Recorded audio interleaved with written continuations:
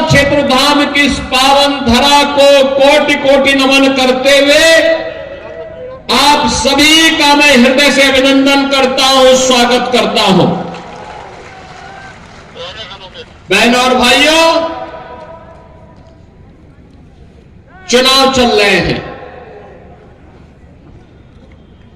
चुनाव अभी हाल ही में हरियाणा विधानसभा का संपन्न हुआ है। महाराष्ट्र और झारखंड विधानसभा के चुनाव के साथ ही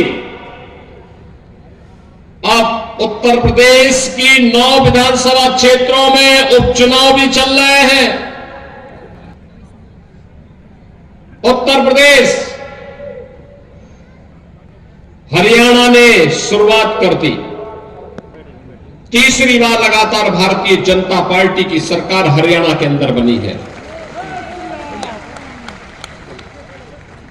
लोगों ने देखा, समझा, ये इंडी गठबंधन, कांग्रेस समाजवादी पार्टी का जो गठबंधन है, एक खतरनाक है देश के लिए, समाज के लिए।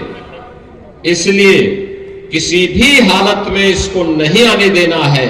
और जनता जनार्दन ने जो फैसला लिया, 2/3 से अधिक सीट भारतीय जनता पार्टी की झोली में डाल करके हरियाणा के अंदर तीसरी बार मोदी जी, प्रधानमंत्री मोदी जी के आह्वान पर भारतीय जनता पार्टी के हैट्रिक लगा करके तीसरी बार सरकार बनाने का काम किया है।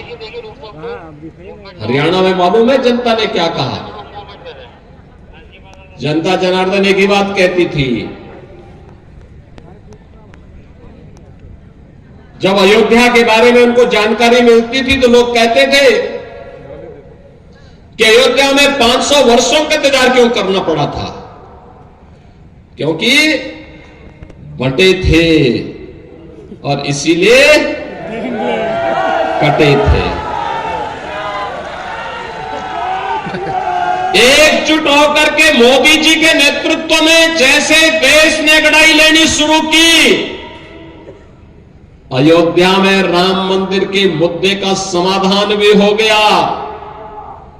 भगवान राम अपने धाम में विराजमान भी हो गए। और बहनों और भाइयों, देश की सीमा भी सुरक्षित हो गई। याद करिए, 2014 के पहले कांग्रेस नेतृत्व की सरकार हुआ करती थी। समाजवादी पार्टी बिन मांगे समर्थन देती थी और पाकिस्तान घुसपैठ करता था, आतंकी वारदात करता था, चीन भारत की सीमा में घुसता था। हम लोग आवाज उठाते थे। सांसद के रूप में मैं, हरिओम पांडे जी, ये लोग संसद में आवाज उठाते थे कि भाई देश के दुश्मन देश की सीमा के अंदर घुस रहे हैं, इनका मुंह तोड़ जवाब दो। तो ये लोग कहते थे, इंडी गठबंधन के लोग जो आज है, कहते थे अरे संबंध खराब हो जाएंगे। और आज अगर दुश्मन भारत की सीमा में घुसता है तो जैसे को तैसा मार करके उसकी ध्वजियां उड़ा दी जाती है दुश्मन की, और फिर एयर स्ट्राइक और सर्जिकल स्ट्राइक करके आज भारत के बहादुर जवान पाकिस्तान के अंदर घुसते हैं और पाकिस्तान दुनिया के मंचों पे चिल्लाता है कि साहब बकस दो, एक बार जान बचा दो, बस ये भारत कभी भी तबाह कर देगा। ये नया भारत है, ये नया भारत है। छेड़ता नहीं, लेकिन कोई छेड़ेगा तो उसको छोड़ता भी नहीं है। ये नया भारत है, अपने सम्मान और अपने स्वाभिमान की रक्षा करना जानता है। और एक कांग्रेस और समाजवादी पार्टी के लोग तो याद करिए, 1 साल पहले 31 अक्टूबर को राष्ट्रीय एकता दिवस के रूप में लौह पुरुष सरदार वल्लभ भाई पटेल जी की जयंती को पूरे देश के अंदर हम लोग मना रहे थे। समाजवादी पार्टी उस दिन भारत भारत के विभाजन के लिए जिम्मेदार जिन्ना की जयंती मना रहा था। लौह पुरुष सरदार वल्लभ भाई पटेल, भारत की एकता के शिल्पी, भारत के अखंडता के शिल्पी लौह पुरुष सरदार वल्लभ भाई पटेल को जब केंद्र और राज्य सरकार, पूरा देश सरदार सम्मान के साथ याद कर रहा था, तब समाजवादी पार्टी के मुखिया जिन्ना को याद कर रहे थे। बहनों और भाइयों, ये लोग महापुरुषों का सम्मान नहीं करते। ये सपा हो या कांग्रेस, दोनों एक ही थैली के चट्टे बट्टे हैं। मैं कुछ दिन पहले कन्नौज गया था। कन्नौज गया था तो वहां पर हमारे मंत्री हैं, वो विधायक भी है कन्नौज से। मुझे अवगत कराया, कहा कि कन्नौज के मेडिकल कॉलेज का नामकरण बाबा साहब डॉक्टर भीमराव अंबेडकर के नाम पे था। अखिलेश यादव ने समाजवादी पार्टी की सरकार के समय में नाम बदल दिया है। मैंने कहा भी बाबा साहब भीमराव अंबेडकर ने भारत को संविधान दिया है, भारत के संविधान के शिल्पी है। बाबा साहब भीमराव अंबेडकर की सम्मान के विरुद्ध कोई भी हम स्वीकार नहीं करेंगे। फिर से मेडिकल कॉलेज का नामकरण बाबा साहब के नाम पर रखा गया। बहनों और भाइयों, ये गुमराह करते हैं। याद करिए, अनुसूचित जाति जनजाति पर सर्वाधिक हमले, सर्वाधिक अत्याचार समाजवादी पार्टी की सरकार के समय में। इन्होंने तो अनुसूचित जाति जनजाति के छात्रों की स्कॉलरशिप भी रोक दी थी। 15-16 में रोक दी थी। जब मैं आया था 17 में, तो मैंने फिर से बहाल करके हमने कहा कि भाई अनुसूचित जाति जनजाति के बच्चों को हर प्रकार की सुविधा मिलनी चाहिए। और मोदी जी ने आने के बाद, 2014 में आने के बाद जिस प्रकार के आरंभ किए हैं, विकास सबका, सुरक्षा सबको, सबका साथ और सबके विकास के भाव के साथ आज कार्य चल रहा है। ये विकास, याद करिए, यूपी के अंदर 56 लाख गरीबों को एक एक मकान दे दिया गया। ये मकान कांग्रेस और सपा ने, बसपा ने क्यों नहीं दिया? ये मकान उन्होंने क्यों नहीं दिया? 2 करोड़ 62 लाख गरीबों के घर में शौचालय बन गए। ये शौचालय इन्होंने क्यों नहीं बनाए? 10 करोड़ गरीबों को 5 लाख रुपए की आयुष्मान भारत की सुविधा, वे जाएंगे किसी भी इंपैनल्ड हॉस्पिटल में जाकर के अपना उपचार करा लेंगे। इन्होंने पहले क्यों नहीं दिया? और अब तो मोदी जी ने घोषणा कर दी है, 70 वर्ष से ऊपर के हर व्यक्ति को प्रतिवर्ष 5 लाख रुपए की स्वास्थ्य की सुविधा उपलब्ध कराएंगे, फ्री में उपलब्ध करवाएंगे। बहनों और भाइयों, 12 करोड़ किसानों को प्रधानमंत्री किसान सम्मान निधि का लाभ, 15 करोड़ गरीब उत्तर प्रदेश के अंदर फ्री में राशन की सुविधा का लाभ प्राप्त कर रहे हैं। फ्री में राशन अप्रैल 2020 से लगातार दे रहे हैं। और मोदी जी ने कहा 5 साल तक आगे भी ऐसे मिलता रहेगा, कोई कोताही नहीं, गरीब को हर प्रकार की सुविधा देंगे। एक और लोक कल्याणकारी ये कार्य, दूसरी तरफ विरासत और विकास का अद्भुत संगम।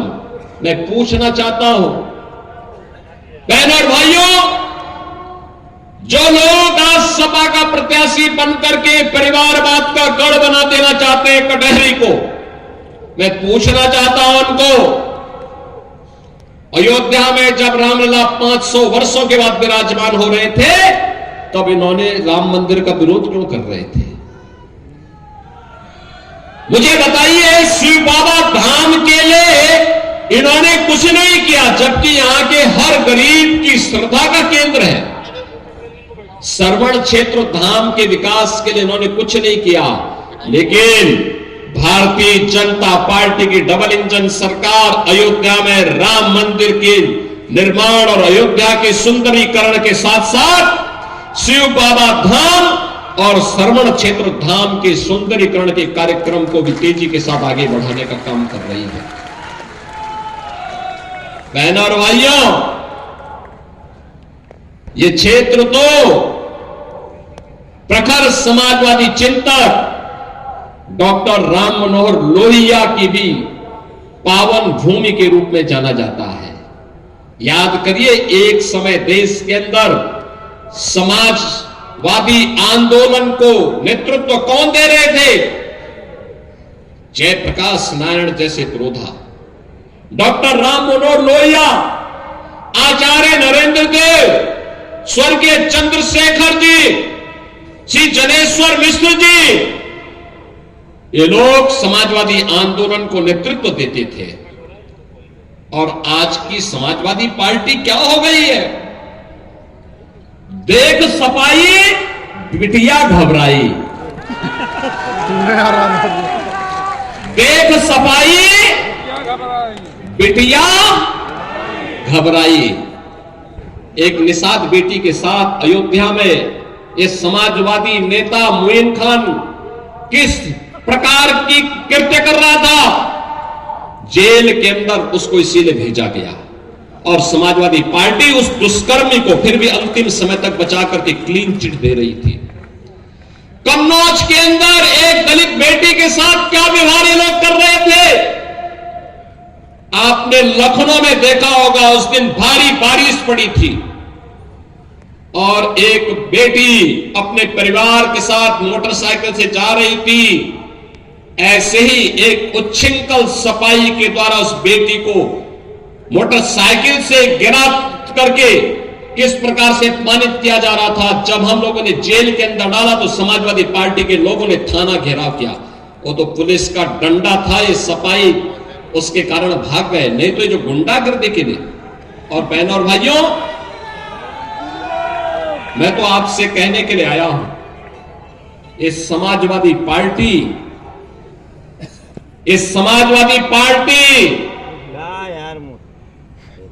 ये पीडीए की बात तो करती है, लेकिन मैं आपको बताऊं इनका पीडीए क्या है? ये प्रोडक्शन हाउस ऑफ दंगाई एंड अपराधी है। ये एक नई परिभाषा इसको हम दे रहे हैं, प्रोडक्शन हाउस ऑफ दंगाई एंड अपराधी। याद करिए, प्रदेश का कोई भी जितना बड़ा अपराधी और माफिया होगा, जितना बड़ा वह दंगाई होगा, वह समाजवादी पार्टी के इस प्रोडक्शन हाउस का ही हिस्सा होगा। याद करिए, यही क्षेत्र है, खान मुबारक भी इन्हीं का शागिर्द था कि नहीं था? मुख्तार अंसारी भी इनका शागिर्द था, अतीक अहमद भी इनका शागिर्द था, जिन्होंने गरीबों को लूटा, कमजोरों की जमीनों पर कब्जा किया, संपत्ति पर कब्जा करके सामाजिक ताने बाने को छिन्न भिन्न करते थे। और जब डबल इंजन की सरकार आई और सरकार ने अपना वास्तविक रूप इनको दिखाया, तो राम नाम सत्य है होने में भी देर नहीं लगी।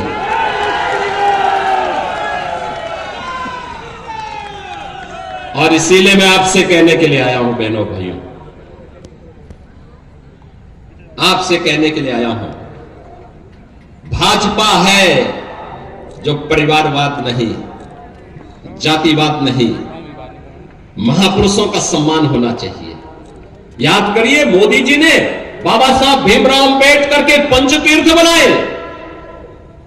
बाबा साहब भीमराव अंबेडकर से जुड़े हुए पंचतीर्थ मोदी जी के कारण बने। और यही नहीं, दुनिया के अंदर सबसे बड़ी प्रतिमा, सबसे बड़ी मूर्ति, लौह पुरुष, भारत के अखंडता के शिल्पी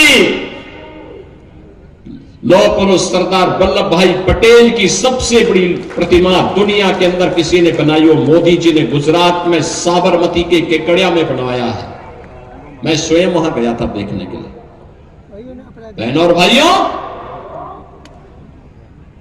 बाबा साहब भीमराव अंबेडकर को भारत रत्न तब मिला जब भाजपा सरकार को समर्थन कर रही थी। लौह पुरुष सरदार वल्लभ भाई पटेल को भारत रत्न तब मिला जब सरकार को समर्थन कर रही थी। भारत के वीर और वीरांगनाओं का सम्मान तब हो रहा है जब भाजपा की डबल इंजन की सरकार है।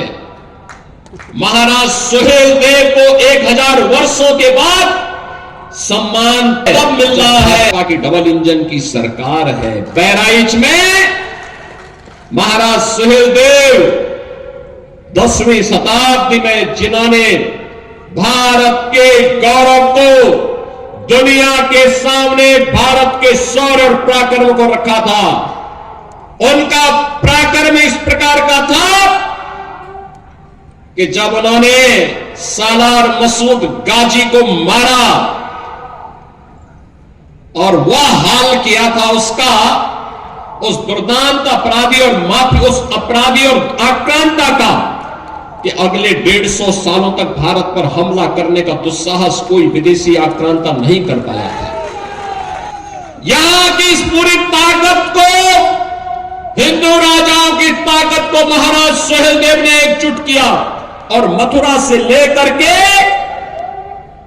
बहराइच नेपाल की सीमा के अंदर तक उन्होंने सुरक्षा का एक ऐसा पुख्ता चाल बनाया कि एक बार सालार मसूद उसके अंदर घुसा क्या, फिर निकल नहीं पाया। उसके बाद उसकी कब्र ही खोदी गई।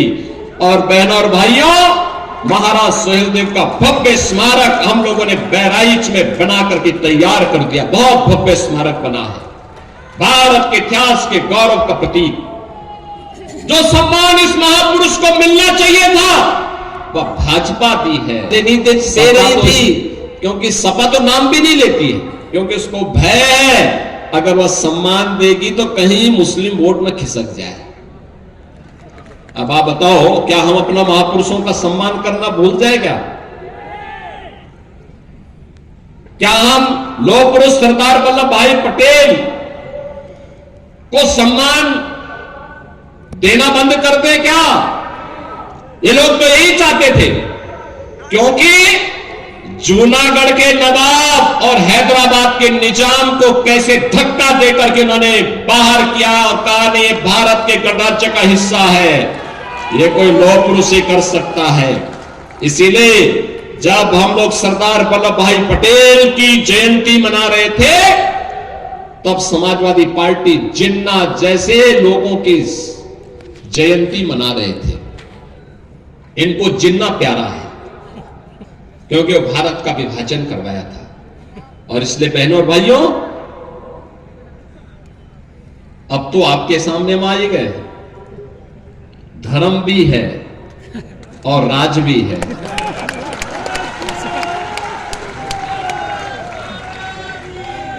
बहनों और भाइयों, धर्मराज भी है और भगवान राम अयोध्या में विराजमान हो गए हैं। तो निषाद राज से मैत्री का एक नया सेतु बंध भी तैयार हो रहा है। और इसीलिए मैं आप सबसे अपील करने के लिए आया हूं, इस उम्र में